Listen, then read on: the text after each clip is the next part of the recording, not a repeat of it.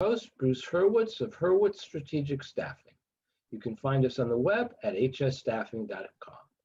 I hope you'll consider us for all your staffing, career counseling, and speech writing needs. I am delighted to be joined today by Angel Rebo. We will be discussing how to reinvent yourself, pivoting in a crisis. Meet the Experts is sponsored by P&K CPAs. P&K is a full-service accounting firm. They provide accounting and consulting services to businesses ranging from startups to small and mid-cap companies to nonprofits as well as high-net-worth individuals. Contact them today for a free consultation at pk-cpas.com or call them at 973-882-8810. They will be happy to be of service. Angel, welcome to the show. Thank you. Thank you very much, Bruce. Thank you for having me. It's a pleasure to be here. And obviously, thank you, everybody who's listening to us today. Well, the pleasure is mine. Please take a minute or two and introduce yourself to our viewers. Thank you. Absolutely. So I am originally from Barcelona, close to Barcelona, but I've lived in Plano, Texas for the last 10 years. Basically, what I do for a living, I help both corporate CEOs and established entrepreneurs who hire me to bridge the gap globally for expansion and exposure as a way to accelerate the growth of their businesses. And I'm able to do that because, before I started my own business 5 years ago, I had worked and I had helped more than 1,500 CEOs in 33 different countries. Also, I think it's important for everybody to know that my passion is in helping underprivileged kids in Latin America become entrepreneurs using their local resources. And I was blessed of joining a couple of business partners, of friends of mine a few years ago, and we started Wisdom for Kids in order to do that. So thank you for having me, Bruce. It's my pleasure. Reinventing yourself and pivoting. How do you define pivot? Thank you. Well, when I think about pivoting, I actually think about these basketball players that, when they are in possession of the ball, they start moving one leg is still, in contact with the ground, and the other one, they keep on moving it, one side and the other. So, and that's how I consider pivoting. Pivoting is actually in a business setup. For me, pivoting is like changing something in your life or changing something in your business, but taking as a starting point what you have already developed and what you have already learned throughout time. So that's how I define myself pivoting. Now, if I can get through this without coughing, why would you have to reinvent yourself? Is it really reinventing yourself or reinventing the business in a crisis? That's a great question. Actually, it very much depends on what's going on out there, right? I mean, we're talking about in times of crisis, because when it's a crisis, there's some external events that oblige you to rethink about what you're doing and what you are offering to the market at that point in time. When something, is so dramatic that it's called a crisis, then you start thinking, okay, so if the market has changed, if the conditions of the market have changed, so the clients probably are looking for something else or might need something different. How can I do it? And to your point, you might have to reinvent yourself. You might actually have to learn new skills. You might have to go down paths that you've never been before, or maybe not. Maybe you can just, expand what you already were providing to your clients or to your market and take it from there. So it really depends on, I would say, how you have to pivot, or how do you have to provide additional products or services to the market. Let's take two different cases. And obviously the crisis that's in the background, the 800-pound gorilla in the room, is COVID-19. Okay. Let's say we have a business, an MSP, an IT service provider. Now they have to deal with Zoom. They have to deal with cybersecurity at a level that they never had to deal with before. So maybe they're bringing on more people in a time when you can't all be in the office together. Some people are going to work from home. Some people have to go out because they're field network engineer And if you're a field network engineer, field means you go out. And if you're an engineer, you have to touch the gizmo. But your principles, your values, your ideals stay the same. You're just offering more. As opposed to a restaurateur who now has to lay people off and change the business model. The first case, they were just growing. In this case, they're changing the business model. We're no longer going to be serving food inside. People are going to come to the window or to the door, or we're going to rush out to their car and we're going to hand them their order. So the business model has changed. So describe for us the pivot and the reinvention as you see it in both cases. Okay, so great question. I love when the rubber hits the road, Bruce. So I'm enjoying these conversations. In the first case, well, let's not forget, first of all, Bruce, that not everybody likes to do everything. So it could perfectly be that there's an IT services company who's filled, right? Maybe they don't really like to provide the kind of services that the market is requesting. So that's a possibility. But let's say, for the sake of the example, that this IT services company is willing to provide this service to their marketplace, right? So they're going to probably have to learn a little bit more. They will have to learn additional skills because they will have to provide additional services.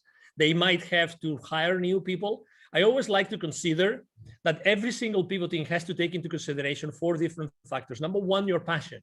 Do you really want to provide that? Do you really like to do it? Number 2, is there a market for that? Is there a market? Does the marketplace really want that service, right? Number 3, your expertise, and that's why I was mentioning, skills. Do the people around you, do your friends, do your current clients, do your prospects consider that you really know about that subject matter so you can provide this service? And number 4, the fourth pillar is the market going to pay for it? And I mean, is it a service or a product that you're going to provide? In this case, it's an IT service company.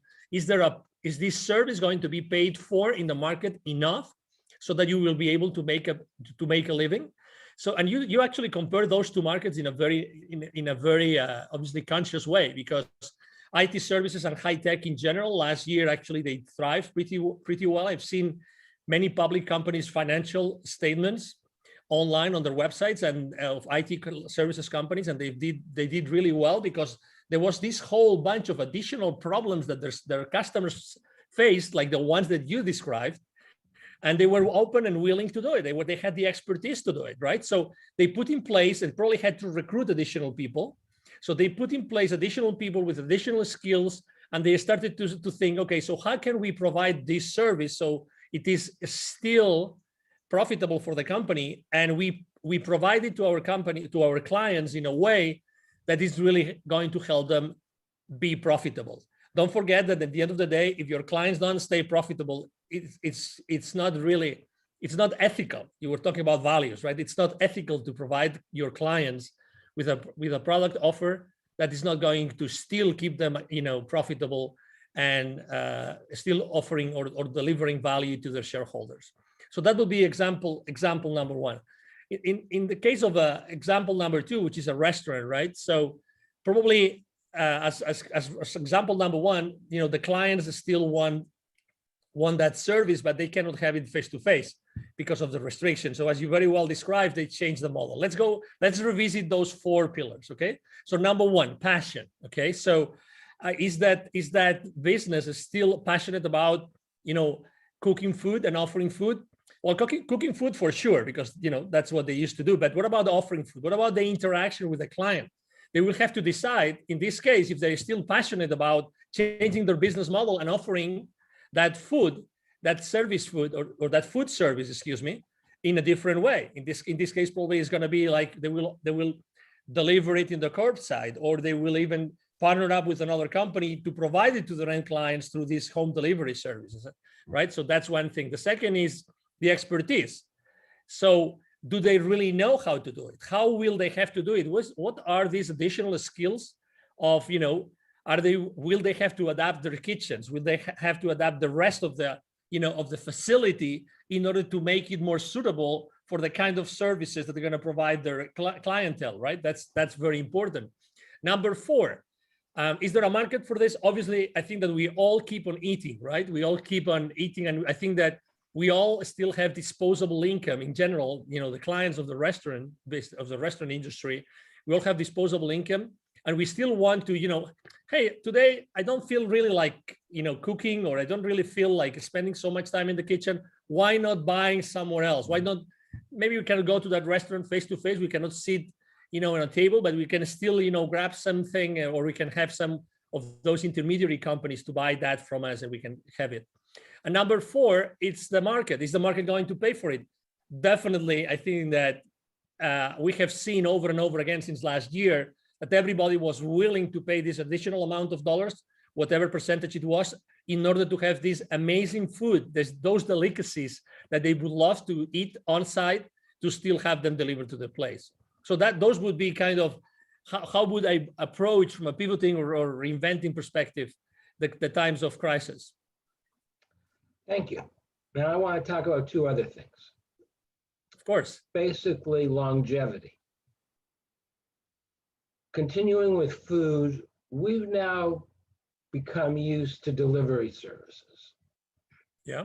I have 3 blocks over there, a very nice diner that I used to go to occasionally. Okay. Haven't been there since February of 2020. All Okay. right. Next week, I get my second Pfizer shot. From what I've heard, I'm not going to be feeling very well next week. Okay. But the week after, I may decide, okay, I now am supposed to be safe. I'll go in and I'll get something to eat. First time eating out. But I've also had the necessities of life delivered. For example, a pastrami sandwich. All right, I can't get a pastrami sandwich at the diner. They don't know what pastrami is. It's not good. I tried. Other things are good, not the pastrami. So there's a kosher deli, and I can get it delivered. It costs a little bit more. But there will come a time when people will say, you know what? Let's go out and eat. Let's not get delivered. There are going to be fewer deliveries. On the other hand, I very much like the idea of the supermarket delivering my food so I don't have to carry a lot of heavy bags. That, for me at least, is going to continue indefinitely. You're providing services based on a crisis, and once the crisis is over, how do you keep your clients utilizing those services? Because those services are going to remind you of the crisis, which you want to forget.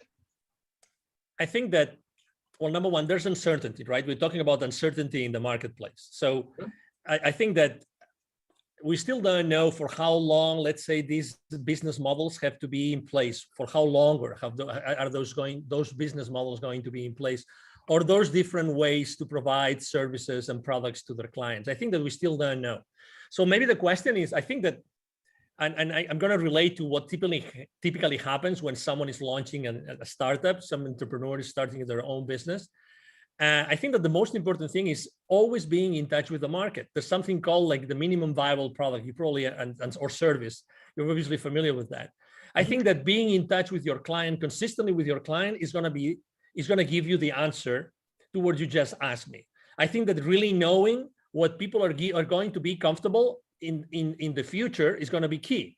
What I would personally do, and I would suggest probably my clients to do, is, hey, how are you keeping in touch with your client right now? Do you really know exactly the demographics of your client? Do you know where they are located? Do you know what kinds of services? Probably, if they have some system in place, some point of sale system in place, they will probably know who is typically buying what.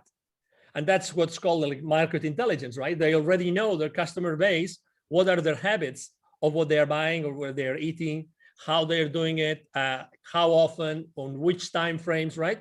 So all that market intelligence, the customer base intelligence, if you are a company that really cares about being in touch and knowing exactly what the market is asking for, I think that you will be able to really surf that wave.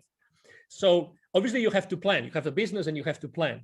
I think that right now, being flexible about what you're planning and the decisions that you make according to the operations, you asked me about the operations also, as well. I think it's going to be the wise thing to do. There will be people that are going to stay on a place where they still feel more comfortable having everything delivered, and there's going to be people that will feel easier, more prone to go back to their former habits, right? So I think there's still a question mark to be able to answer your question, and we have to be ready as never before to be able to cope with the uncertainty and with the continuously changing habits of our consumers.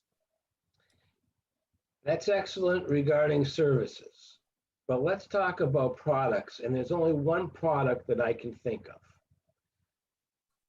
2 feet away from me, maybe 3. So to make you comfortable, 1 meter away from me are 2 gaiters. You know, the masks that don't have the strings for the ears. Okay. The 3 original blue masks that everybody bought a year ago. 2 black masks that I shouldn't have bought on Etsy. And once it's over with, I don't need any more masks because I can wash the gaiters. The other ones, for whatever reason, I haven't thrown away. I probably should. I doubt I would use them. There are companies now that most of their income are from masks. And that demand is going to disappear. So how did they pivot with their inventory, with their machinery, to something new? Because people are not going to want to wear masks forever. I agree. So we're talking about people are not going to wear masks forever, and probably they already feel comfortable with a specific kind of mask more than any others, right? So there will be a lot of, let's say, free use masks in the market. So that's in itself, it can be also an opportunity, but let's skip that. So number one. Well, no, I got to stop you. No one in their right mind is going to use a used mask. Yeah. No. Only yes, but somebody else's, no. No, we're just thinking about the recycling part of the disposing. Yeah. Misunderstood. Thank you. No. It's all good. For the sake of the exercise, is a great conversation. So they have, number one, don't forget that these companies are having an income right now because they have clients. So even if it's a product as opposed to a service, these guys already have some clients, and they're supposed to know exactly what the clients need today and what they're going to need in the future. They have established already some business relationships, and there's some loyalty from those clients towards those vendors, in this case, ourselves, right? So I think that it would be wise if they started to think what, according to their experience and according to that relationship, if they start to talk to their clients and know, okay, so whenever this, I don't know if to call it wave or bubble, goes away, or you don't need as many as before, what do you think that we could provide you with? We think we understand your business, but what do you think you're gonna need? Again, and there's, as you know, probably not everybody has an inventory. A lot of people are just brokers or intermediaries, right? So it depends really on what your business model is. But what I would be doing is, okay, so if I've been able to provide you with this kind of product, okay, what about Mr. Customer? What about this other product that is related, that maybe I can use similar ways for manufacturing it, but it still can provide it still can provide a service. I remember in the beginning of this crisis, we talk about masks today, but we could talk about probably like gels, and many other things that are a lot of different companies, even automotive industry, started to as you remember, manufacturing different products, right, in order to use their spare production capabilities to fulfill the market needs, right? So I think it's gonna be the exact same thing, but the difference is that you made a statement, which is we're not gonna need as many masks in the future. So I think that this is a lower level of uncertainty compared to what we said before. So I think that you can plan for a downtrend in the market of a specific product, and you can start thinking about, okay, so my production facility, in case it's my own production facility, how can I repurpose it so that I can try to have the same clients use a different product that can be of service to them moving forward, right? And that's why I think that as far as you really own the relationship with your clients and with your market, you are really in a very good position to pivot and to offer and to manufacture other products that can be of service. The only thing, I'm not trying to be funny here, but I have been able to think of is what else comes with a cloth and a string. And the only thing I could think of were parachutes and bibs. And two more divergent products I can't imagine. Mm-hmm. And I'm not sure that you would want to be in a plane and jump out of the plane knowing that your parachute was manufactured by the company that manufactured the bib that your child wears. All right, but maybe. I agree. As you know, it's a matter of certification, right? You will have to you will have to plan. You will have to have a business plan in place, and you will have to decide if all these additional, things that you have to do in order to be certified to serve, a similar kind of audience with a completely different product. I mean, again, it's a matter of what are the habits, what are the consumption habits of that market that you already have in place, of those clients that you already have in place. But to your point, I mean, nobody will allow you to sell another product unless it's gone through all the different, due diligence or the due diligence process that is necessary. But I think that there has been a lot of creativity and a lot of innovation in the market for the last 12 to 14 months due to the need to serve a different market or a market with different needs. And I think that has really been a very good thing.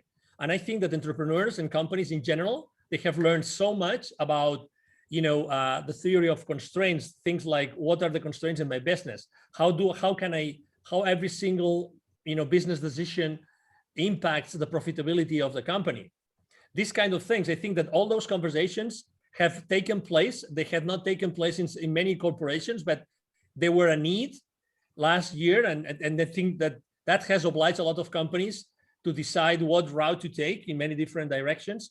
And I think that all this, thoughtful processes and all those, brainstorming sessions that happened throughout the last year are going to make the companies much more profitable moving forward. I think that business owners and CEOs have become much more conscious of how every single decision impacts and has a consequence on the business profits. The final question, which I ask all my guests, what haven't I asked you that you wish I had asked you? Well, I think that you're a very funny person. I really enjoy the different, cases or questions that you asked me. Probably you should have asked me what's the most funny question anybody has ever asked you. Okay, what's the funniest question anyone has ever asked you? So probably what was the funny question? Besides the comparison that you make with the parachutes, which ranks really high in the list of questions I've been asked.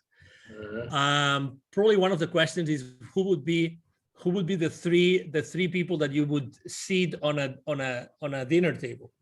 That's probably one of the funniest ones, because I really like to have. That's actually not a funny question. That's a good question. But I will tell you why it's a funny question, because I love so much to eat and to cook. So for me, it's real fun to think about working or thinking about who would I share specific plates. And for me, a table is almost like a sacred place where lots of magic happens, and where actually sitting next to someone and knowing and establishing that relationship around food, I think it's really a magic place where lots of things get accomplished. But would you choose, and I can't think of any offhand, a famous chef? Would you choose a famous scientist? Would you choose a famous entrepreneur? And would the three of them have to have something in common so that they could have a good conversation? Or would this just be you want to have three separate conversations? Great question. Absolutely amazing question. Probably any of the three would have anything in common as far as their field of expertise, but I think that they all three would have, literally, they all three would have such a generic wisdom and background that would allow them to have a conversation among us four. That's what I think. So it wouldn't probably be a chef. I really know a very good chef that has had many Michelin forks in Europe, back in Europe, many restaurants, very, but I actually would, let me answer the question if I may. So the first person I would have on the table would be myself 7 lifetimes ago. I apparently was a Knight Templar, a Templar Knight. A Templar Knight, excuse me, I said it the other way around. That's one person, that would be myself. Actually, they're called the Knights Templar. Okay. You had it right the first time. Oh, okay. Thank you for correcting so you're me. protecting the Holy Grail. You've got your sword. Exactly. That's one, and it's myself. So I would love to talk to myself. 7 lifetimes ago. The other person would be whoever is running the show in the world. Whoever that person or group of person. Maybe one of them. I would love to have that whoever that is. Sitting next to me. I would love to be one part of the conversation. And the third one would be Jesus, and maybe not for the obvious reasons, but the reason for me would be because I think that typically the history books are written by the ones that won the wars. So I would love to have firsthand access to Jesus, so I could really have those tough conversations about, did you really write that? Did you really say that? Did you really do that? I would love to have that conversation. And I think that these three individuals all together could have a very, very nice conversation. What do you think, Bruce? I think that it would be nice up until the end, what you said about Jesus, because I am assuming, and then you shouldn't make assumptions, that you are a nice Catholic boy. And that what happens when you ask Jesus, did you really say, did you really do, did this really happen? And he says to you, no. Then that would impact you on a very deep level. So sometimes it's best not to know. I found, it's very disappointing. We'll end on this. Churchill was supposed to have said to, he was stopped by a woman at a party, a lady, and she said to him, Winston, you are drunk. And he said, Madam, you are ugly. The difference between us is tomorrow morning I will not be drunk. And then it was whether or not he continued the reason that you're laughing. But according to one of his biographers, it never happened. I want that to have happened because it's a great story. But enough. We've really got an off topic. And before I let you go, I want to thank you again. And please tell our viewers how they can best get in touch. Absolutely. So thank you. My name is Angel Ribo. Last name is Ribo, spelled like R-I-B as in boy, O. My brand is the CEO Confidant, THECEOCONFIDANT.com, the CEOConfidant.com, and you can go there. That's my website. And the easiest way to reach out to me is actually through my email. Either my team or myself, we're going to answer any single email we receive. And my email address is angel@angelribo, one word, angelribo.com, angel@angelribo.com. And thank you so much, Bruce, for having me. And thank you, everybody, for listening to us. It was my pleasure. I'm Bruce Hurwitz. Thank you for watching. And as always, please stay focused on